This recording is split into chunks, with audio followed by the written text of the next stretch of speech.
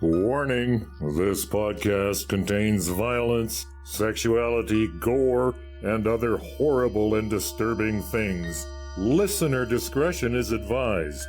Also, the hosts of this venture are ignorant dipshits, so please do not take anything they say as fact. And enjoy the show. Now, are you sitting comfortably? Good. Then we'll begin. Today we had 15 homicides and 63 violent crimes, as if that's the way it's supposed to be. It is our basic human right to be fucked up. A second plane now has crashed into the other tower of the World Trade Center. Putting chemicals in the water that turn the friggin' frogs gay. The defendant shall be incarcerated for the rest of her natural life with no possibility of parole. You are not machines. You are not cattle. You are men. We were somewhere around Barstow, on the edge of the desert, when the drugs began to take hold.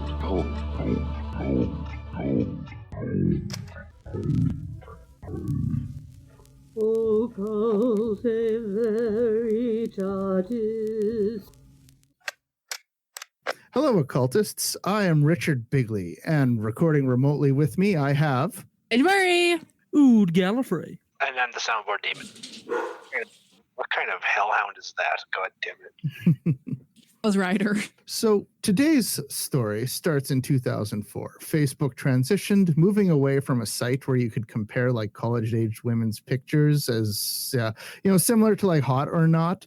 And it kind of pivoted towards the social media platform that we know right now and today. Young, clean-shaven Richard Bigley had a head full of hair and was setting towards a computer science degree.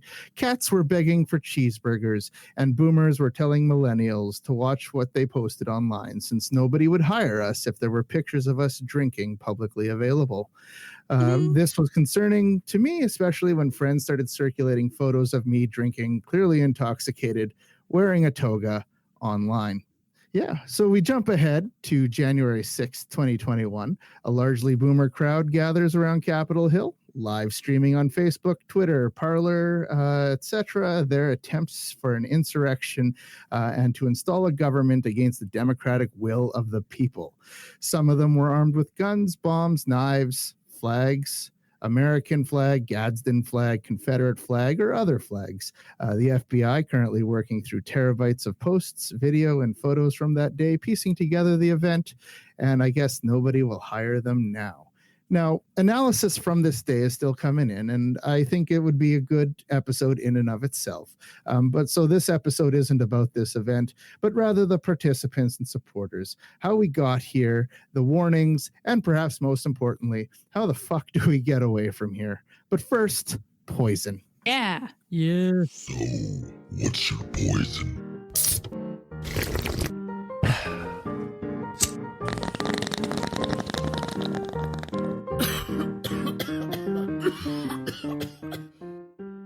I'm having Folger's original roast. It says it's rich and bold. I feel neither right now, so hopefully this will give me the gumption. It tastes like coffee, and it has caffeine in it. Hard? I feel neither rich nor bold. It is my name. Do you feel Bigley? Bigley. Yeah. I feel rich and bigly. I guess That's bigly cute. could be kind of bold. Yeah. Yeah, boldly, bigly, yeah, whatever. Bigley sounds a little too Trumpy, though. No, he said big league. Oh, he said Bigley. Big league. That's what he said. Oh. That's definitely what he said. Big league. Big league. Big league. Beat her, big league. Big league. Big league. And I think we're going to make it big league. Big league. Big league. And that's what's happened, big league. Big league. Big league. And we're going to win big league. Yeah. Big league.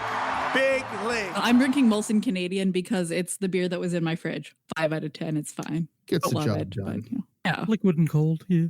I think I've said before, I don't enjoy coffee. I treat it as like a medicine, an energy tonic, so it gets a solid 5 out of 10, but its effects with the caffeine get a 10 out of 10, so woo. Shall we carry on? Let's. As America watched President Biden take the oath of office, QAnon followers were waiting for the Great Awakening. Many of them believe that the inauguration was a carefully planned setup where Democrats would be arrested and Donald Trump would start a second term in office. NBC News tech reporter Ben Collins joining me now. Ben, I know you were plugged in to these QAnon chat rooms throughout the day yesterday. Could you just tell us what that was like? Yeah, it was one of the wildest I guess, real-time showings of betrayal and disappointment I've ever seen in my life. These people were truly, they firmly believed that all of their political enemies would be rounded up, sent to like a mock trial and executed live on television. And the opposite happened. Their enemies were sworn into office and they took power. And, watching that in real time was kind of incredible because they didn't actually plan for a day after their doomsday. Their doomsday was Inauguration Day. They had a plan from then on that, Donald Trump would basically be president in perpetuity. And, they would be proved right. Yeah. And all of their friends and family that had been laughing at them would finally see what they were seeing.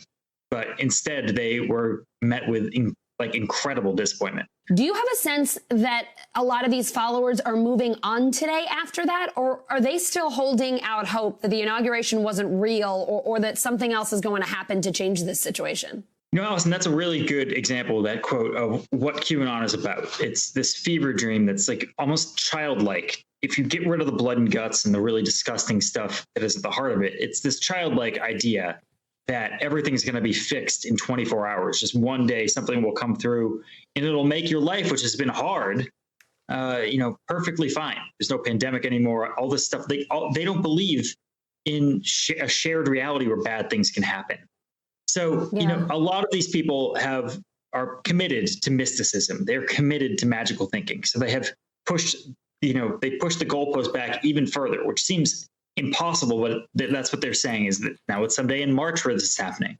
But the real worry is that some of them are now being recruited by white nationalists and neo-Nazis who are willing to let these people in because, polite society was not willing to let these people in yesterday. They wanted to laugh at them and mock them, which seems like a very reasonable and human response. But the people who weren't laughing at them were very bad people who were about to, grow their ranks by seizing on that disappointment. Do you expect that these conspiracies will continue to grow, that they might find something else to replace this inauguration prophecy since it didn't happen, or that they might peter out?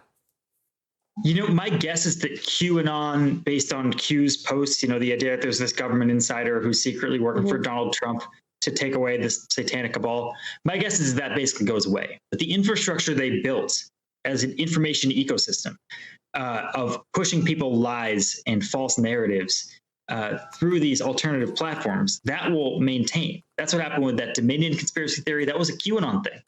The reason that got so big is because all of those QAnon influencers moved from QAnon to Dominion, and they all pushed the same talking points. That will happen again. There will be new lies for them to push for profit. But, hopefully it won't be quite as dark, quite as militant, and hopefully it won't lead to an insurrection again. So this episode is like a forced sequel, like how Disney saw the success of Star Wars and cranked out a bunch of sequels that weren't even part of the story, or like seeing the success of Aladdin or Little Mermaid or even Pocahontas, and they felt the need to make a part 2 for their story. You made a part 2 of Pocahontas? Yeah, there's a Pocahontas 2. What? Yeah, I learned that doing research for this episode. So this does she get more colonialized? Yeah, she goes back to wherever and gets married into whatever colonial family. It seems super whitewashed. That's coming from a white guy. In the real story, she dies. She gets kidnapped and then dies, and she's like 14. I did a whole research paper on this. Go ahead, Richard. Yeah, so I envisioned my QAnon episode and the people of QAnon episode, and that was to be it. But with the recent events and riding on the success of the previous 2 episodes, I threw together this episode, QAnon 3: Escape from QAnon.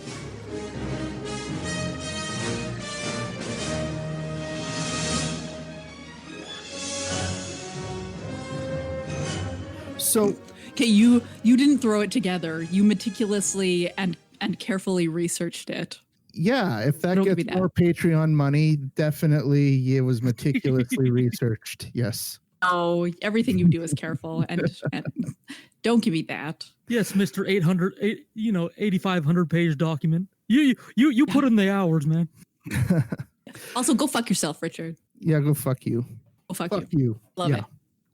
So of the January 6th insurrectionists, we had a large QAnon presence.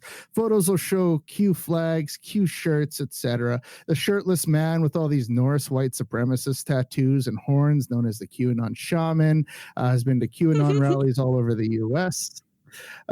So these people consumed by conspiracies of absolute good and evil, Donald Trump saving children from Democrat and Hollywood elite pedophiles seeking adrenochrome, stolen elections, COVID-19 hoaxes, the deep state, 5G, flat earth, hollow earth, reptoids, aliens, and whatever else they came up with.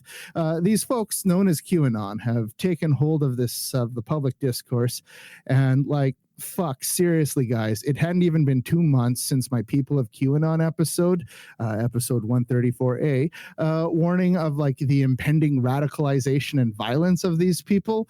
And yeah, then they go and storm the Capitol.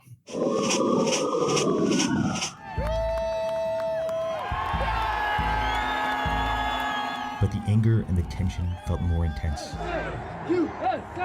Congress was about to confirm Joe Biden's presidency, and most here were convinced it was a fraud. Do you think people are angry today? Absolutely, people are angry, and you can feel it. You can feel the rage, the madness.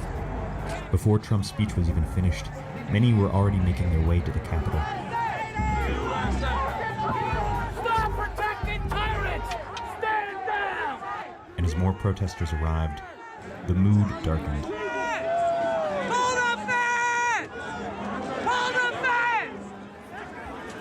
We're here at the Capitol steps right after the Trump speech was finished. People started filing over here and started pressing against the Capitol.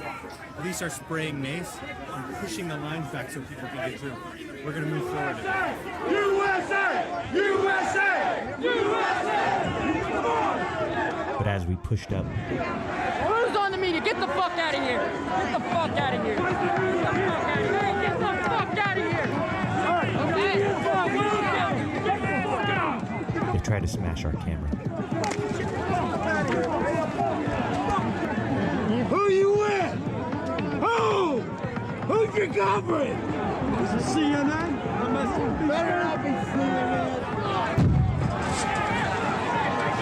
Police started throwing flashbang grenades and spraying mace.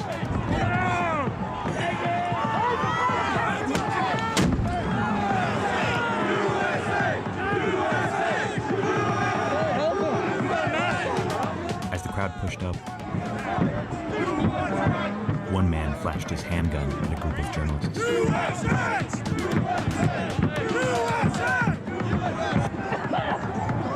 The cops weren't prepared. They had to take turns with the masks to protect from their own tear gas.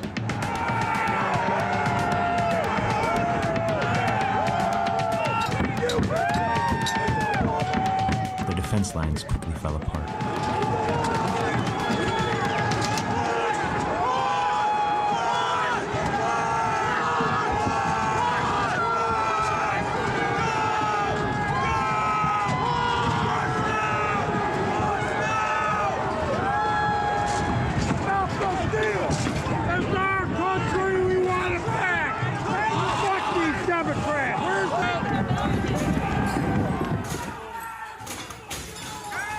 Soon after, the mob was rampaging through the halls of the Capitol.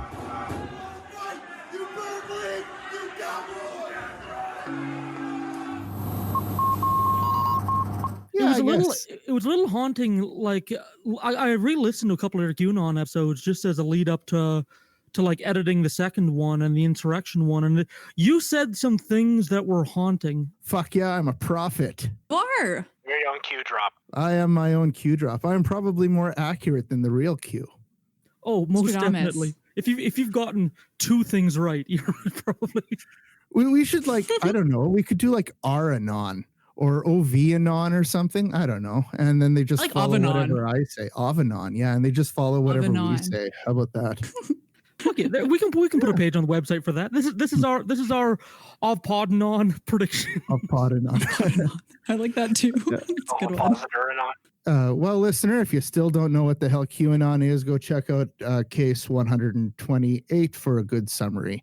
So anyway, QAnon right now is in crisis.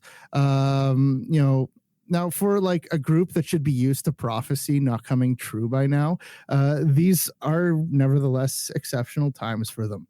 So November 3rd, Trump lost. So they set a new deadline. The rulings on a bunch of the election fraud court cases. And then when those didn't go, then it's like, well, it'll be the Electoral College vote is when the whole QAnon thing will take shape and the Great Awakening will happen. And then the Electoral College vote happened. And then they're like, well, okay, it'll be at the inauguration. They're going to arrest Biden and all the Democrats. And well, anyway, the inauguration happened again. And all these dates passed. There are military tribunals, no mass arrests of Democrats. Trump has not been reinstated. Their new date is actually March 4th. But I'm sure it too will likely pass. They think that March 4th is when Trump is going to be inaugurated as the 19th president of the United States. Yeah. And this episode is due to drop on March 4th. So if you're listening to this on March 4th, let's check who's president. Let's see. Let's see who's president on March 4th or March 5th. Yeah. They're saying March 4th is their new date when all this is going to happen. But yeah, like I said, you keep pushing those goalposts and, it is what it is, I suppose. Also, fun fact, March 3rd is Valhalla's birthday. Ah, ooh, cool. Praise be to Val. Praise be to Val. How are you going to feel when Biden is inaugurated at noon today? You're going to ask me that. I don't believe... this sounds so crazy, and I recognize how crazy this sounds, but I don't believe Joe Biden is going to be sworn in as president today. I mean, the martial law thing is the sort of basis conspiracy theory, no? Well, everybody wants to tag facts as conspiracy theory, so it's just a way of discounting facts. But if he doesn't declare martial law, would that prove to you that by this time tomorrow that it was a conspiracy theory? No, if he doesn't declare martial law, then I will feel like my vote no longer counts in the United States, and that's not a good thing. Joe Biden was just sworn in about 15 minutes ago. So I met you right here. Here in the dark last night. Last night, it was about 3 a.m. You were out here streaming live on YouTube. Do you feel like you've been duped, that you've been tricked, that you've been fooled in some way here? Actually, no. The way I felt was when I saw, I was waiting up until a minute that he said, "I, Joe Biden." Like when he's right, I'm watching him walk up. I'm thinking to myself, my life's about to completely change because I've been saying I'm either a conspiracy theorist or I'm a prophet. Kind of like it's kind of Christian humor. I'm not a prophet, but I was just kind of in shock, and I thought I had to reevaluate everything the way my life was going to be now, because it's so different than my expectations, and I literally was just kind of walking around like, what now? So yeah, basically for these QAnon folks, it wasn't supposed to be this way. And for everyone else, they might be asking, well, why does their failed prophecy even matter? And so no one told you life was gonna be this way. It was hard because my push to talk took one hand and I couldn't clap.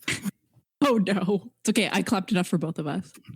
Fuck you. So I've got a couple of clips here that I want to kind of insert into this episode. I can send you the clips. Insert into your episode. I'm sure you will.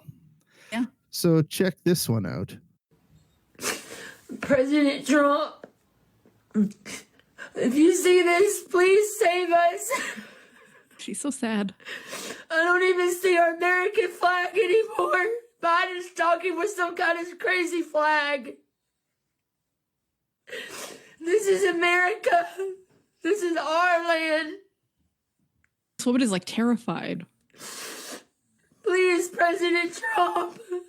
Please, I hope you have a plan. God, please save us.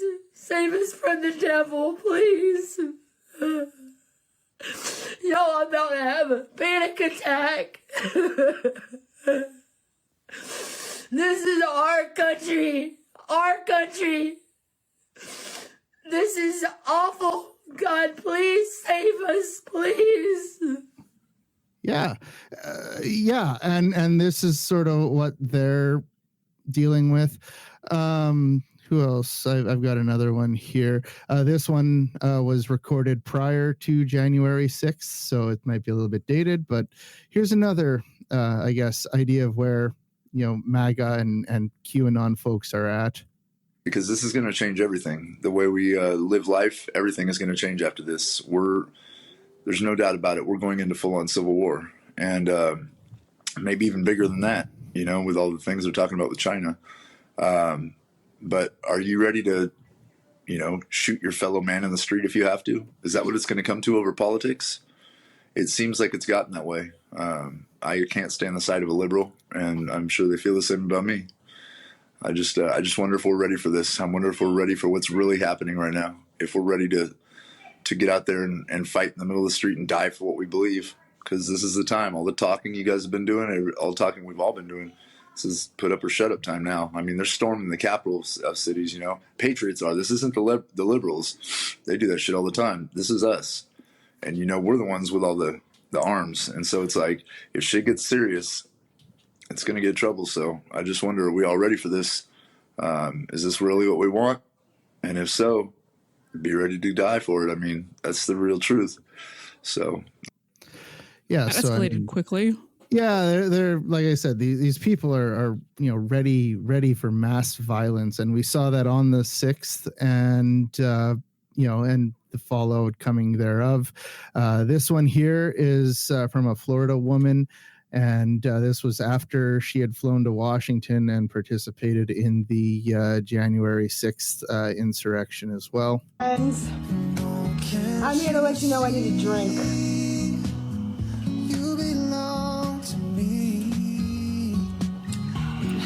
Just got a call from the FBI. They want to come talk to me about my visit to D.C. on January 6th. I told them, bro, I ain't going to talk to you unless I have counsel. And being that I can't afford counsel right now, you're going to have to arrest me so I can exercise my rights to counsel. And being that you don't even know where I live and you have to ask me, I ain't talking to you either. You just spent 4 years persecuting a 3-star general with no evidence. You think I'm a fucking let you come talk to me? I'm an American. I know my fucking rights. My First Amendment right to free speech. My Second Amendment right to carry a gun. To shoot your fucking ass if you come to my house. So fuck you. Fuck you following me. I don't fucking care. I'm glad you know who I am, motherfucker. Holy shit, the privilege. Oh, and just as a coincidence, I read about that lady's story on Reddit this morning on an article. She's been recently arrested. Yeah, sorry, I stepped on your balls, man. Yeah, they did in fact arrest her and charge her with making threats. So this is kind of the state of MAGA and QAnon. That's real fighty. Yeah, real fighty. I don't want to coming across as me like condoning or forgiving these people's actions at all, but like especially with that first woman, like she seemed terrified. Like I don't know what kind of warped manipulative populism creates that, but like and she seemed genuinely genuinely scared, like for her life and for like her family's life. Like it was very sad. It wasn't just like, oh, we're gonna fight. I love guns. Blah blah blah. She was like genuinely scared. Well, yeah, and like these people committed evil. Like they believe bigoted things that harm other people. But like, they're a totality of their circumstances as well. Like all the things that led them to become that disillusioned with reality. Like I think it's better to solve the problems that created that than. But like it's sort of terrifying seeing somebody that unhinged. Mm-hmm. Well, exactly. I guess that's kind of the whole point of this episode is, how do you break them from this? Because I'm sure we have listeners who have, friends and family and loved ones that have kind of fallen into this trap here. Now, I mean, before I get into it, I just want to give a bit of a disclaimer. I'm a dumbass. I have no expertise with psychiatry, psychology, cults, etc. This is all work done and reporting done by others that I've basically gathered to present to you. So like I'm a hack and a fraud, and I have no original thoughts of my own. So if you try this and shit goes bad, Richard Bigley Corporation and Occultae Media hold no criminal or civil liability for your actions. Yeah, don't take advice. Don't take advice from a podcast. Don't take legal advice. Don't take. Yeah, just don't. Yeah, just no, don't. Oddly enough, even though Richard Bigley is not a lawyer, he is our legal department. So, So sue me. Basically, QAnon adherents are demoralized. They're seeking guidance. Q has only made 4 posts since the November election and hasn't actually posted since December 8th, 2020. Conservative social media safe spaces like Parler were removed from their hosting. I guess they're back now. But, various promoters were banned from more mainstream social media like Facebook and Twitter. Trump himself had his Twitter account suspended. Zignal Labs had actually conducted some research, which Vox had reported on, which showed that online information about election fraud had plunged 73% the week after they suspended Trump's Twitter account. So there you go.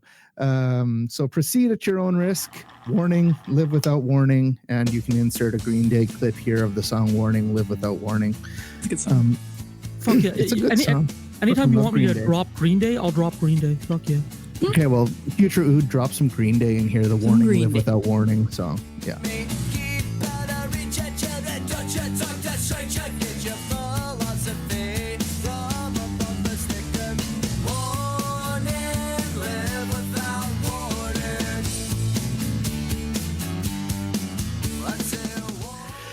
So Ron Watkins, former administrator of 8kun, where Q makes their posts, had said he was leaving. He says, quote, "We need to keep our chins up and go back to our lives as best as we are able. We have a new president sworn in, and it is our responsibility as citizens to respect the Constitution, regardless of whether or not we agree with the specifics. As we enter into the next administration, please remember all the friends and happy memories we made together over the past few years." So like as our lives change, come whatever, we will still be friends forever. Exactly. So like Ron Watkins, one of the people who was actually highly suspected of being Q, was a major proponent of the election fraud conspiracy. And he's like, pack it in, boys, respect the Constitution. Maybe the real QAnon was the friends we made along the way. That's basic. That's basically what he says. Hey, maybe the real QAnon is the friends we made along the way. That's some strong cope shit there. Like, okay, we didn't accomplish anything and we weren't right, but like, hey, like we met each other. We got to be friends during our like insurrection attempt. So like with a lot of the people that are perpetuating this, being unable to communicate because of various social media bans, and a lot of these people being, kind of disappointed in the results of their election and, everything else. I think now is a good time for people to speak to friends and family who've been infected with the Q brainworm, basically talk to them. Where do I start? So I've been thinking of calling in for quite a while, actually, just with a lot of the topics that are going on at the moment. But this one really hit home with me because I married into a very big family. Yes. Who were very, very closely knit, who lived very, very close to each other, who I would have always told you for the last over a decade of my life that are absolutely lovely, lovely people. Yeah. And this Christmas, they're supposed to be coming to my, well, not all of them, but my mother-in-law and father-in-law and my sister-in-law as well. Yeah. So within the rules? Yeah, within the rules. However,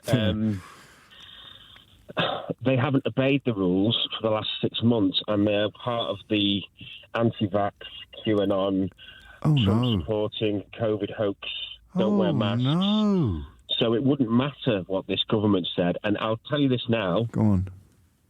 I've got no say in it whatsoever. And I don't agree with it. I've tried to broach it, but it just causes arguments. Not to put too fine a point on it. If you, I mean, your wife would see it very much as you're either on side with this or you're not.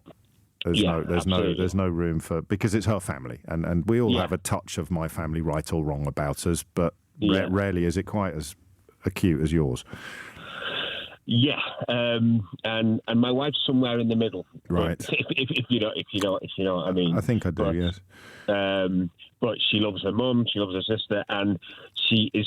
They send her. They bombard her with stuff all the time, and the videos off their Auntie Doris's Facebook page. Yeah, exactly. And they are, and she is more and more leaning towards that side now, and like I say, it doesn't change my love for her. It just makes things...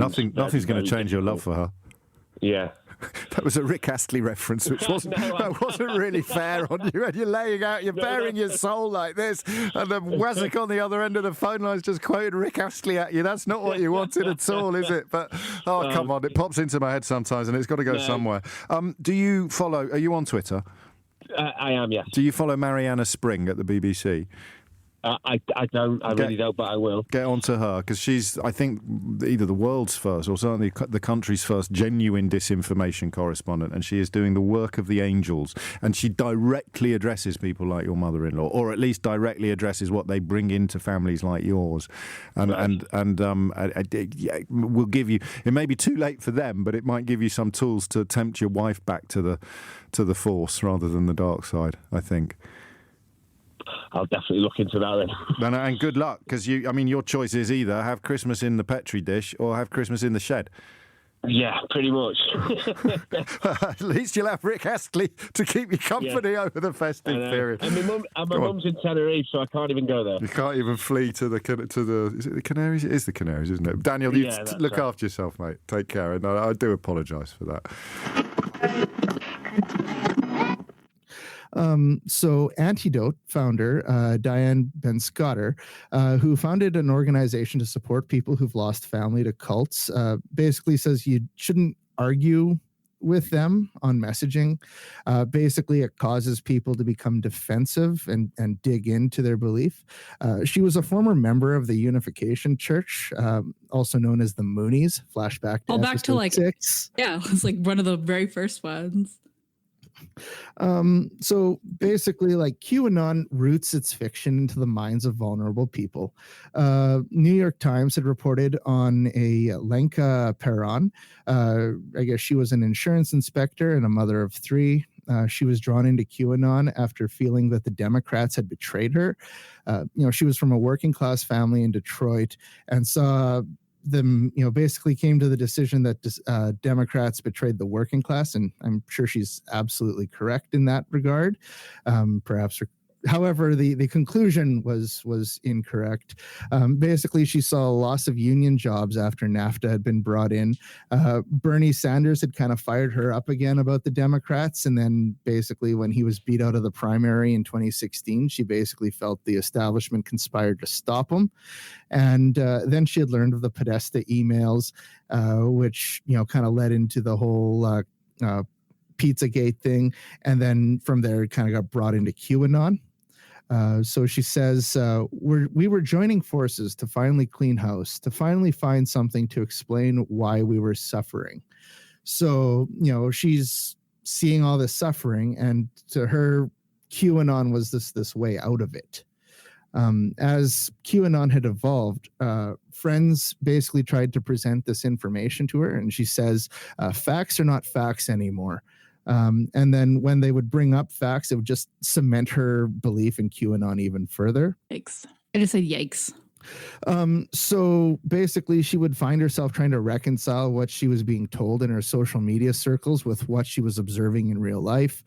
She was talking to a friend one day and started talking to them about pedophiles and the highest levels of government. And then she kind of got like a little glimpse of reality. And, she says, I felt a part of her, meaning her friend, saying, this is not the friend I recognize. And I guess she had never said it in those words, but it was a sense that I had. Was what she had said. And basically now she volunteers as a life coach, kind of working with people who also became obsessed with QAnon. One person she had worked with had actually lost his marriage over it. He would fall asleep at work after staying up all night, just consuming QAnon posts and like discussions and all that stuff that, that came with that. And it's a deep well. Like, there's a lot of QAnon videos that are still on YouTube after the QAnon ban. They've gotten more clever with relabeling them. But when you go to like non-YouTube sites like BitChute or just like download sites where you can download these giant conspiracies, there's just hours and hours worth of videos to consume. So the QAnon follower in your life may have actually hurt you through their beliefs. However, at this point, if you're trying to break them of this, they do need empathy. According to Ziv Cohen, who's a clinical assistant professor of psychiatry, for them it's a real crisis to think about how this happened to them and how did they go in so deep and so far. These QAnon believers are now reassessing their relationships. They're reassessing whether they can trust their own mind, their own thoughts. So it's quite a journey they have to take now. So if you may have a QAnon believer who may reach out to you, and if they do, that's a good thing. It means that they're regaining thoughts and their identity. And if that happens, you should try to maintain that relationship with them. And I'm sure it'll be a lot of work, but that's really what they need. According to Cohen, breaking them of QAnon is secondary. That's your secondary goal. It's not your primary goal. The primary goal should be to build that relationship with them. Once you build that relationship, then kind of pulling them from QAnon will kind of come about in its own way. You don't have to try to debate them or debunk them. Cohen states that trying to present them with facts will just turn them off, and like the previous person said, it'll just make you dig in deeper. It's that classic old conspiracy mindset. Like, when they're confronted with anything that proves the conspiracy wrong, they just believe that it's a deeper level trying to conceal the truth, Exactly. I guess, going back, to Diane Benscotter, she had told the Rolling Stone, quote, "To try and make rational arguments is not going to work because they are not going to think rationally." And this is very true. Right now we are in an epistemological crisis. I guess basically in normal debates, two people would look at the same facts, agree on the facts, and then draw different conclusions and then debate on that basis. It'd be like if I drew a 6, or if there was a figure of a 6 on the wall, and I said, that is a 6. And Oud Gallifrey looks at that and says, well, no, that looks like a 9. And then we kind of debate on the merits of that. But in these current days, facts are, they're like points in whose line is it anyway, where the facts are made up and just don't matter. The fundamental facts that are observable and testable truths are basically still not even accepted. So it would be like this figure of a 6 on the wall. And Oud says, there is no figure on the wall at all. And you can't even debate that at that point, because if so don't even try is basically what you're saying. Don't try to be rational, just try to build that relationship with them first, because it's just not going to work. It's just going to dig them in even further. Who wants another video? Me. You want another video? Okay, I do. Where do we go? How do I get this working? Where do we go, my lovely? Here we go. Here's a clip that we can kind of put in here. What made you believe such crazy nonsense? I know it sounds crazy. And so let me try to think of how I would explain this.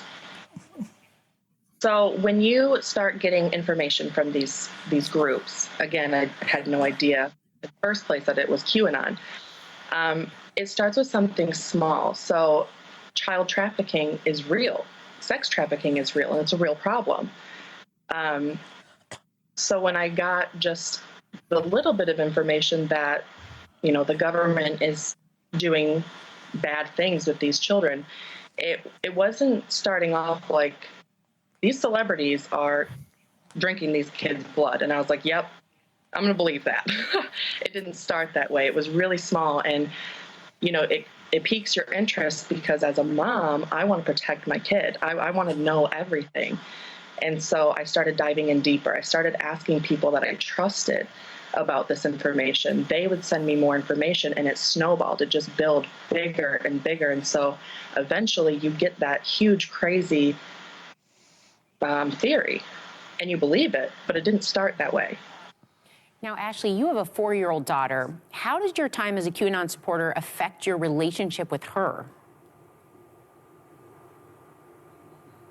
I think that it made me emotionally unavailable to a point with her. And I'm going to try not to cry. Oh, this is kind of heartbreaking. Yeah, that's heartbreaking. I mean, she was always taken care of.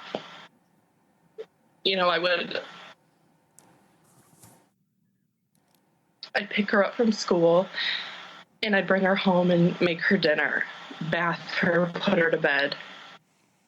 But we didn't play that much. I wasn't cuddling with her and giving her, I think, the emotional attention that she needed. Because I was too wrapped up worrying about everything. I stayed glued to my phone in these Telegram chats and watching these Facebook videos, and I just had so much going on that I feel like I couldn't be there for her the way that she needed me to be. Yeah. That's very upsetting. Yeah, like it's a bunch of goofy shit. Like, oh, these liberals are drinking like children's blood so they can regain their vitality. But like, once you see the other end of it, just like this mother, like tear-breakingly admitting that she emotionally neglected her daughter because she like got wrapped up in this. Christ. Well, and it's so easy to see how she got wrapped up in it. Cause like, yeah, when I saw like the Save Our Children, I was like, oh yeah, like I'm a mom. I don't want my kid to be sex trafficked. It's only when you kind of look a little bit deeper that you realize that it is this conspiracy theory crap. But on the surface, yeah, like sex trafficking equals bad. That's super reasonable. And it would be really easy to kind of fall down that slope if you weren't careful. Well, and that's it, hey, is they use some like cause, some righteous and good cause to try to bring people in. And that's what those Save Our Children rallies were about, was sort of like a soft QAnon recruitment thing, Mm-hmm. And yeah, so I guess despite their kind of detachment from reality, we shouldn't mock or ridicule them. Don't debate them. This is basically what you're trying to do is de-radicalize humans. You're not running like a high school debate club.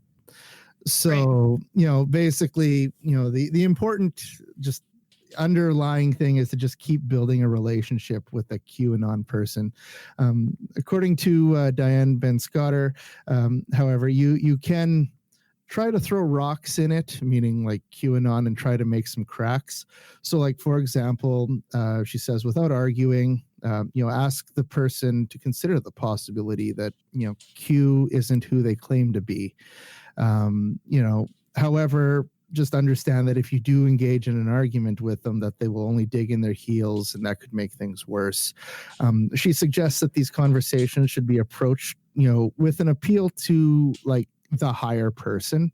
For example, you say, I know you care so much about these, because you're such a good person and you have a good heart, but, consider the possibility that you are being lied to, or it would be a shame if you put all this good and sincere energy into something that turns out to be a lie, and if you aren't immediately argued back on that case, boom, you just kind of put a little bit of a crack in their beliefs, Mm-hmm. Kind of very light, like a very light touch, like almost like Socratic methodish, like. Yeah, and just appeal to that. In Psychology Today, Robert J. Kramer suggests that you bring the conspiracy maybe a little bit closer to home at that point. For example, if the QAnon in your life is going off about hydroxychloroquine, about the COVID as a cure for COVID-19, you might want to ask them, would you trust a doctor to give this to your partner? And just see what they say. Would they trust a doctor to give them hydroxychloroquine? And what's also notable is that when Trump had COVID-19 and was being treated, his treatment didn't actually include that. So so it's like, well, if they have all this belief in this as a cure for COVID-19, would you trust the doctor? Why didn't the doctors give that to Trump? That sort of thing. Or I guess in the case of the voter fraud, I'm sure one could ask Marjorie Taylor Greene, if the presidential ballot is fraudulent, does that mean her votes are also fraudulent, given that Trump and her were both voted on literally on the same piece of paper? Mm-hmm. I'm just saying, just spitballing here. Just asking questions. Just asking questions. She's kind of arguing out of both sides of her mouth there. Yeah, exactly. You don't trust the presidential vote, but every other vote on that same piece of paper is correct. Yeah, okay, I'm sure it is. So another thing is maybe ask them, what do you get out of this belief? There has to be something in it for them to keep holding on to it. Therapist Ratchin Bernstein tells Cosmopolitan to use their logic against them. What are the quantifiable ways that QAnon has helped the alleged victims of child trafficking? Are less children being trafficked as a result of QAnon? Do you have statistics on this? I mean, the answer is naturally no, but it's like, what do you have? How does this improve your life? What do you get out of it? Yeah, are they getting some type of like righteous self-satisfaction, or are they getting a community from the people like you around them? Like what's keeping them involved? Yeah. Are you getting support? Are you being supported by this community? Can we support you? Is there a way we can support you some other way? Something a little more healthy. Yeah. Yeah. And if this is sounding like cult deprogramming, that's because it is. Yeah. Steve Hassan is a licensed medical health or mental health professional and an expert in cults, and he kind of recommends working on the trust building and the relationship, like every other professional I've mentioned in this episode. Like, it's just the stress. It's just like build that relationship. His recommendation is to maybe remind them of a good time before QAnon took them over. And you can also, I use this technique as well to kind of free a friend from a shitty wife. Like, for example, you'd say something like, remember that time we went to Vegas and we had so much fun? Or I guess in my case, it was like, remember that time we stayed in a shitty hostel in Winnipeg and got drunk at Moxie's, and you kind of talk to them about the days before QAnon was a barrier to your friendship. And you talk about good times and you try to, say, hey, wasn't that great? Wouldn't that be great if we could do it again? Yeah. Remember when Thanksgiving wasn't like you alone at a table with a Dorito sandwich? Remember when we had turkey and your aunt, came over and you got to see your cousins and, like happier times before they got isolated and sucked into an online community, that was, very destructive to them. The other thing to keep in mind is you shouldn't reduce their entire personality to their political ideology. Like, basically, if you just write them off as some, NPC MAGA Wojak meme. Guilty. And we're not in, like, we've done this in the past. Like, it's very easy to make jokes about these people because some of the things they say and do are ridiculous. Like, we're not perfect either. We've fallen into this trap. Exactly. And, part of it is that it just, kind of, if you do that, it just helps reinforce to them the idea that, QAnon or MAGA is their identity. Their identity is tied to this group that you associate them with, and that just kind of pulls them back into that group even more, That's definitely something that I know I personally need to work on. I'm really bad for just like writing people off because they have like shitty political views. Maybe it's because I'm old. Maybe it's, I don't know, but I need to examine that within myself. So thank you for bringing it up. Well, I mean, it's something I have to reflect on and maybe change myself. But again, I'm not necessarily trying to like, I don't know. A lot of times it's just very easy to like reflexively make fun of them, Mm-hmm. But yeah, to work on that, we should be trying to build these relationships and not try to push these people further into a cult. Also, I would say, just go for a walk, get them off the internet. Like the something awful tagline, the internet makes you stupid. So, if this is what is fueling their beliefs, if you can get them away from it, you can help them break that. They need to know that you're there, that they have another community that's going to support them in the offline world. Get them out of their echo chamber. Like I had said previously, when Trump's account was canceled, mentions of voter fraud dropped, into the 70s of percentile, because that wasn't there to keep feeding it and stirring that pot, Right. If they know, well, every Tuesday evening I go for a walk, it means, that there's somebody there and they can log off and that there'll be somebody there with them who'll talk with them and be with them and support them and what have you. I guess I also want to talk a bit about algorithms that kind of decide what media you're recommended and exposed to. So like basically these algorithms are designed to just make you consume more and more content. And so like posts and videos that people stay on longer are going to receive more engagements, will basically get a more favorable placing on social media sites. So this is basically done without regard to the accuracy or factual content of the post. So basically, if you can get that person offline, it'll help reduce the control that algorithm has on the content that they consume online as well. Ah, yes, Al Gore and his devious rhythms. That's right. Also, I can confirm the internet does make you stupid. I was on Reddit this morning for 3 hours arguing whether a car stopped at a stop sign or not. Like, sometimes you need to get off. Yeah, there's probably more important things you could be doing. Just saying. Who wants another video? Me. I do. Oh, yay. Okay, which one? Eating babies. I like that one. Let's do this. Sweet. The QAnon conspiracy theory that's riven Republican politics and whose followers participate in the attack on the Capitol is the subject of a new CNN special report that we've been working on. It's called Inside the QAnon Conspiracy. It airs tomorrow night. It traces the movement's beginnings through the present moment. It's also something of a personal project.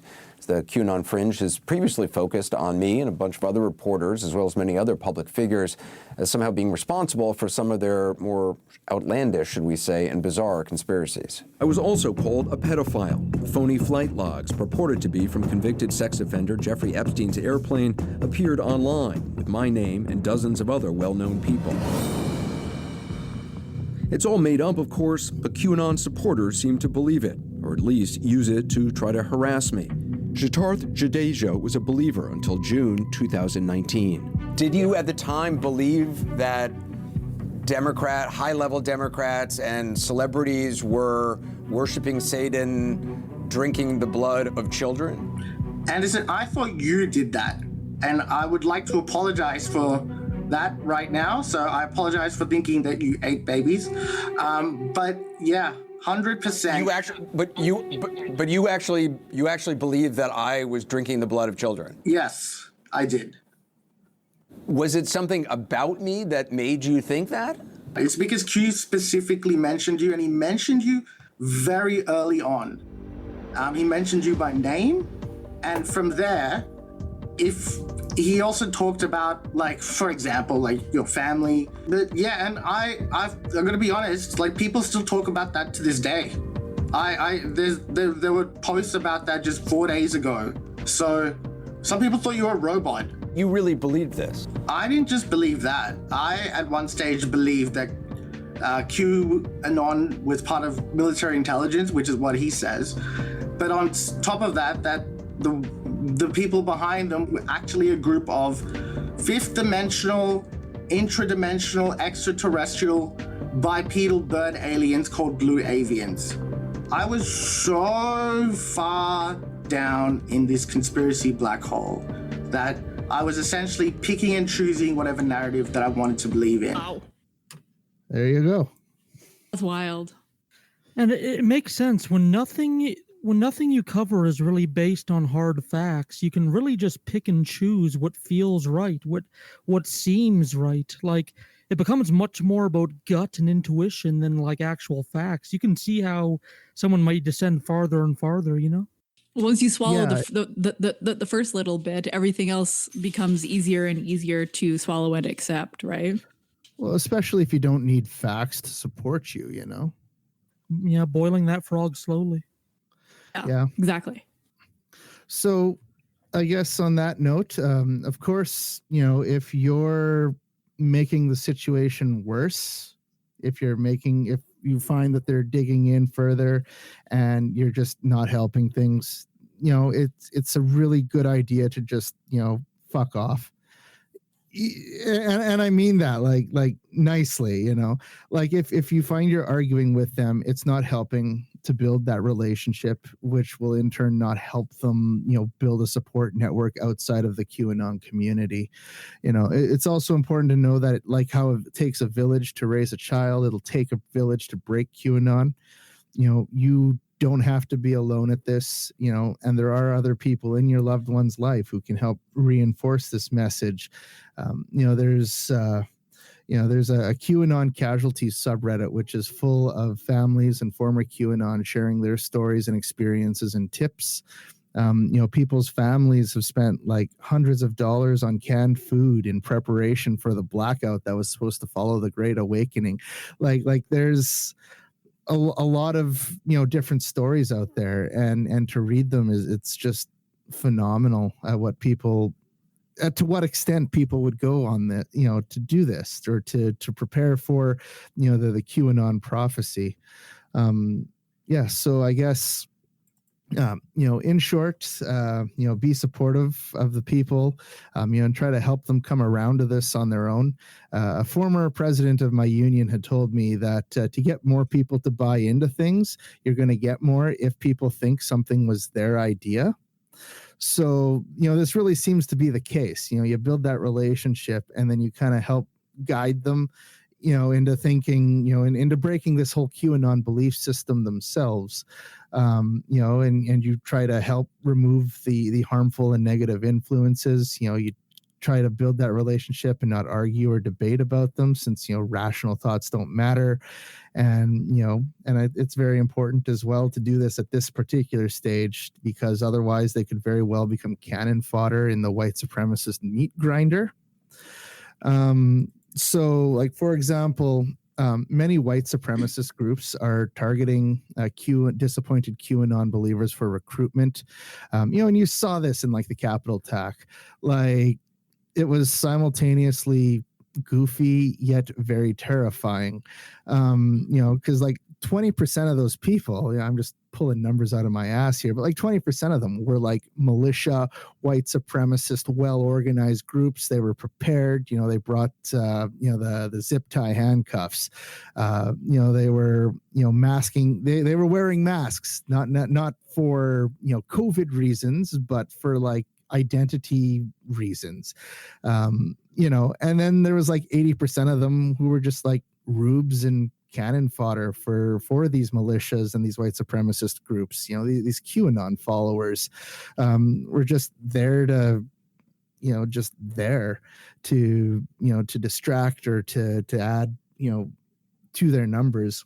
White I was gonna ask about because like I know, like, for me, I have basically come to a point in my life where if someone is a Nazi or believes in this stupid shit, I'm just like, fuck off, fuck you. I don't have the emotional energy to deal with this.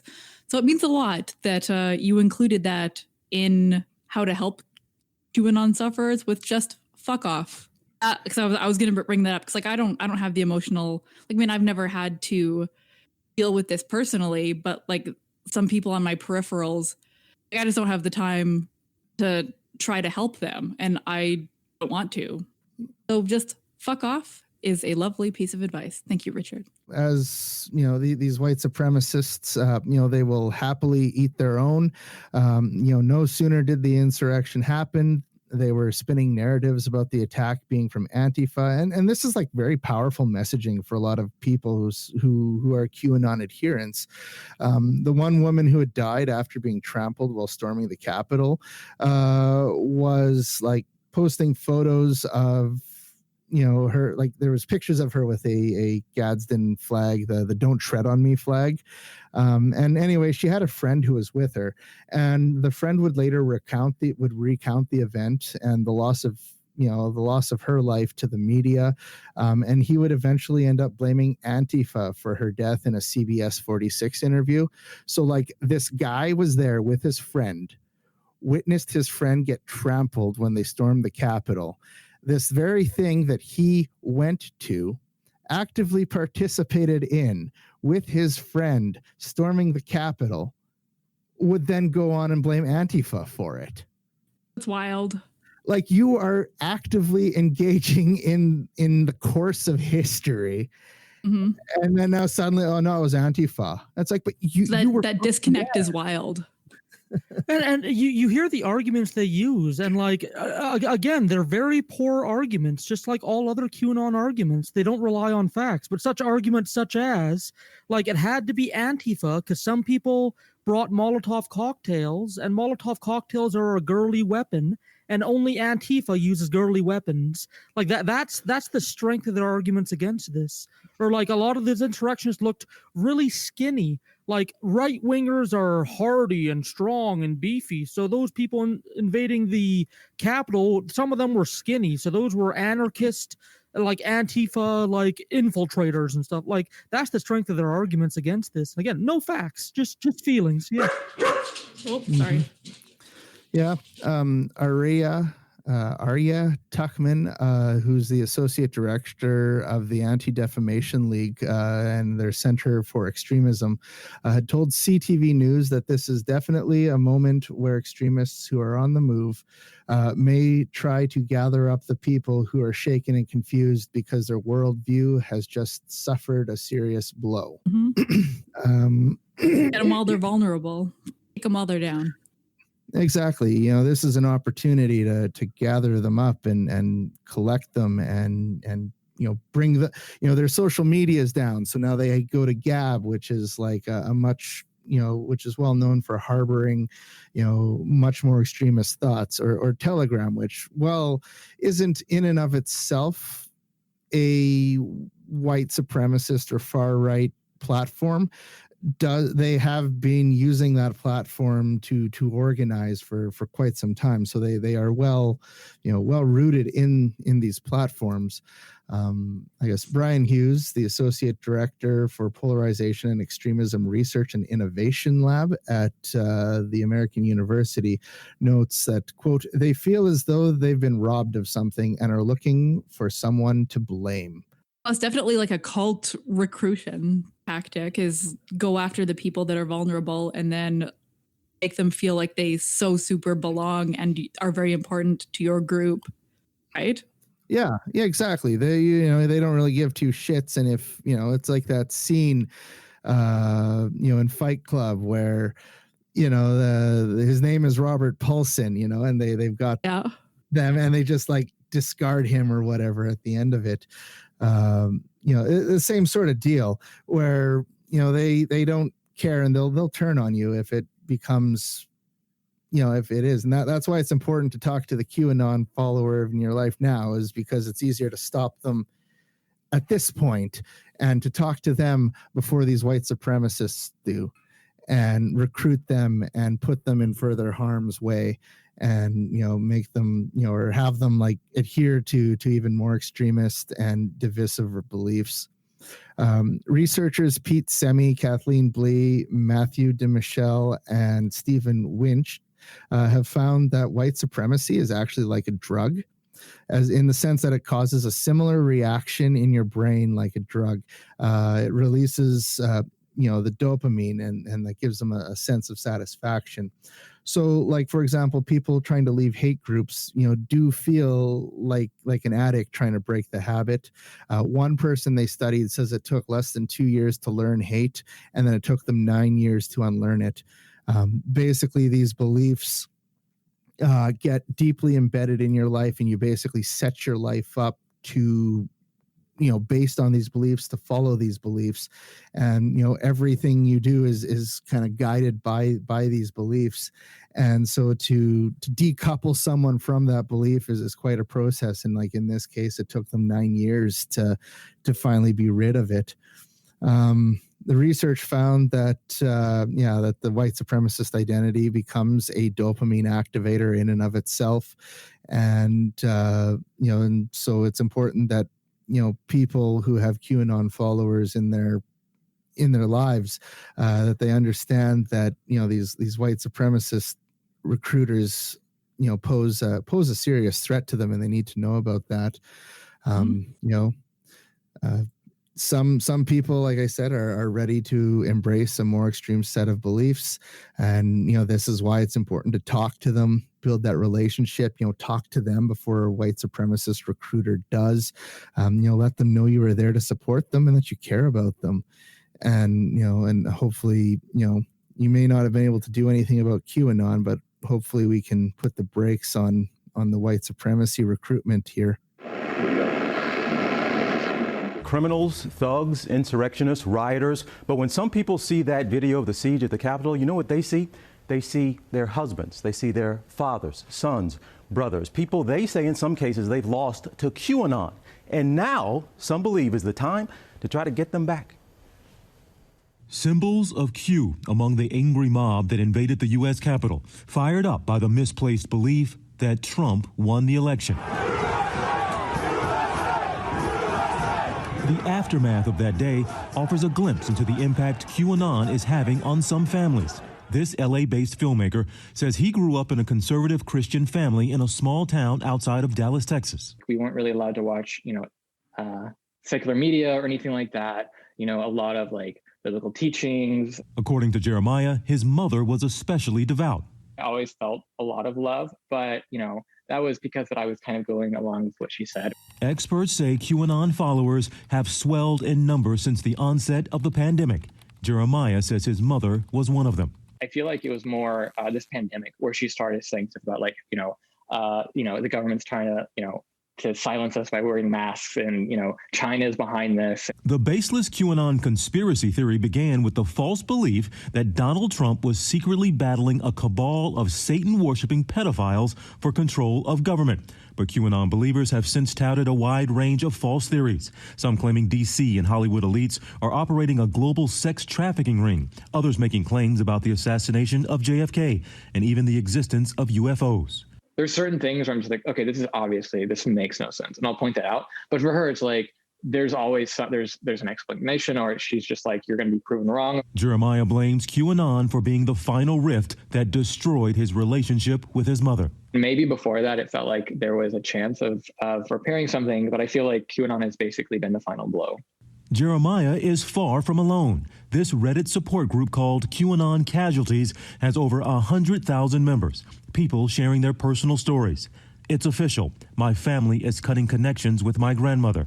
Another says, both my parents are part of Q, and I feel helpless. It's a place to go to understand why this happened to your loved one, what they're going through, what they fell into, and that we have a community of people who can commiserate with you, can help you through this process. Many QAnon followers falsely believed that there would be some sort of last-minute intervention to keep Donald Trump in office, all as part of a preordained plan.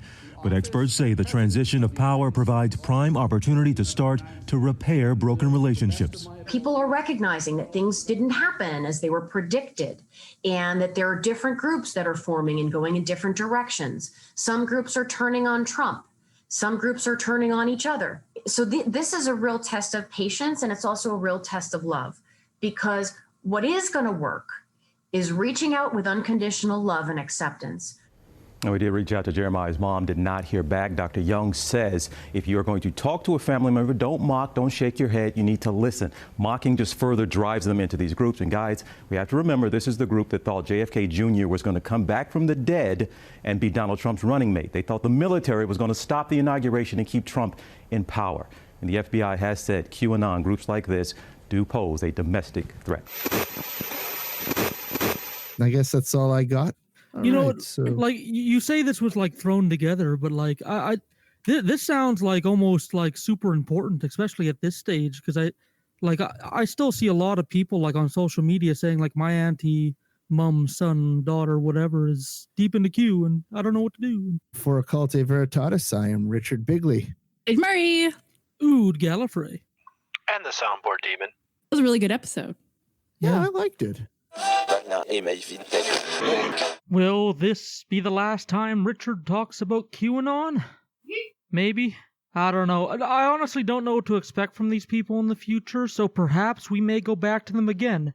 But for now, playing us out of QAnon Part 3, Escape from QAnon, we have My QAnon Friend by the artist Delicious Vinyl Inc. Written and performed by Zach Selwyn. That's ZACHSELWYN. Enjoy and see you in the after show.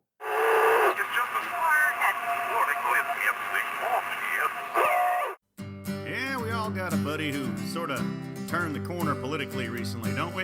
Anyway, this is about my pal. Yeah, I got a QAnon friend, conspiracy theories that never end. He tells me all of Hollywood are pedos. He says the truth will wipe us clean. We'll find the friends of Jeff Epstein and string them up high by their tuxedos. Among the most offensive felons, Kimmel, Bono, and Ellen, they're all locked up and arrested in their homes.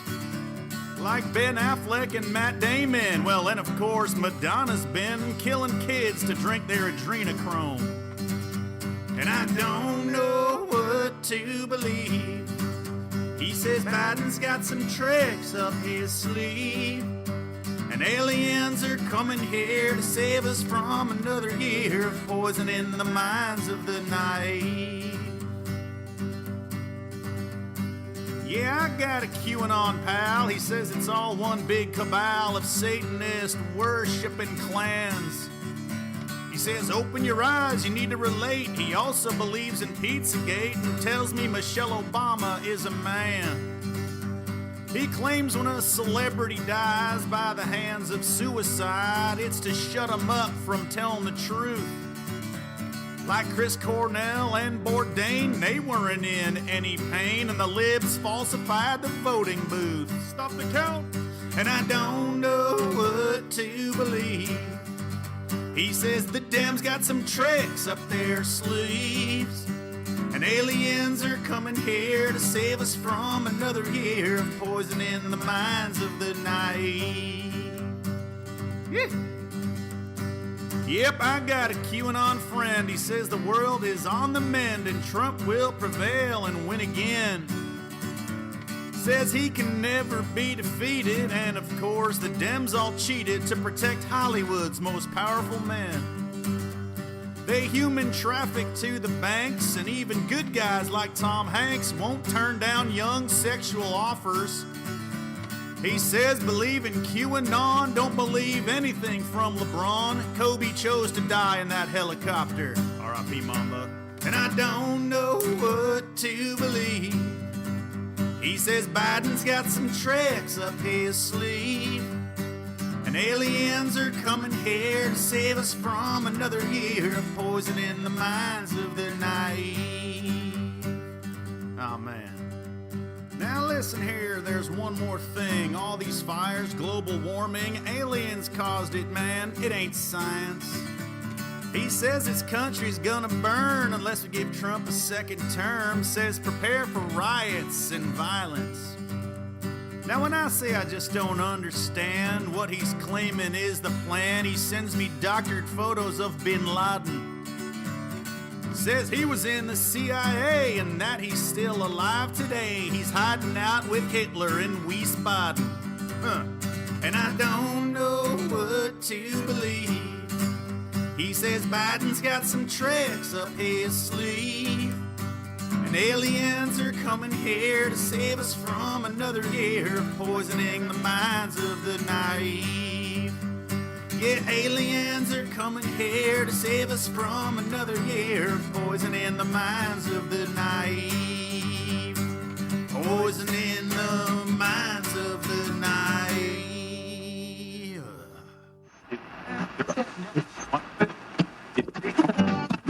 Heartbeat by heartbeat, soul by soul, the cult of Val grows and grows. Here are the new members that signed up at patreon.com/ovpod.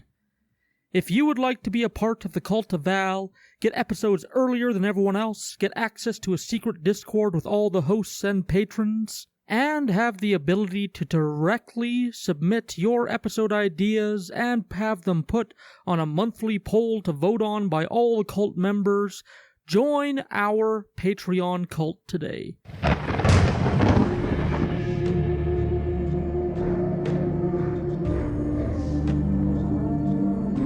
Welcome to the cult, Qanon.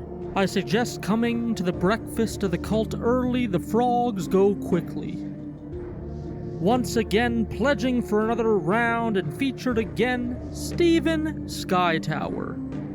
You can actually hear an interview by Stephen about his experience with pre-law enforcement education on Part B of police training. Welcome back to the cult, Stephen. We love you and are glad to have you. Welcome to the cult, Heather S. Bingo is on Mondays, movie night is on Wednesdays, and the Blood Feast of 1,000 Souls is every fourth Saturday. Welcome to the cult. And last but certainly not least on our climb to grow the cult of Valhalla, we have, pledging for an entire year, Jared Benson. Secret perk for anyone pledging for a full year: when we form our worldwide control commune, you get first pick of the comfiest chairs. Jared, welcome to the cult. Those are all the new cult members for this round. We sure as hell appreciate every single penny that comes in. It's only through your support that we're able to keep all our monthly expenses paid and keep this little train a-chugging. So thank you very much for contributing. And for anyone else out there that can't quite afford to sign up, we've all been there. All we ask is you perform the free task of telling family and friends that you think might be interested. Maybe even enemies that could become friends later. That's it from me. I've been Ood Gallifrey. You know what? We all need a pick-me-up. So you know what? You tell your doctor that there's no amount of cheese that's too much cheese. You tell him Ood sent you. Have a wonderful evening.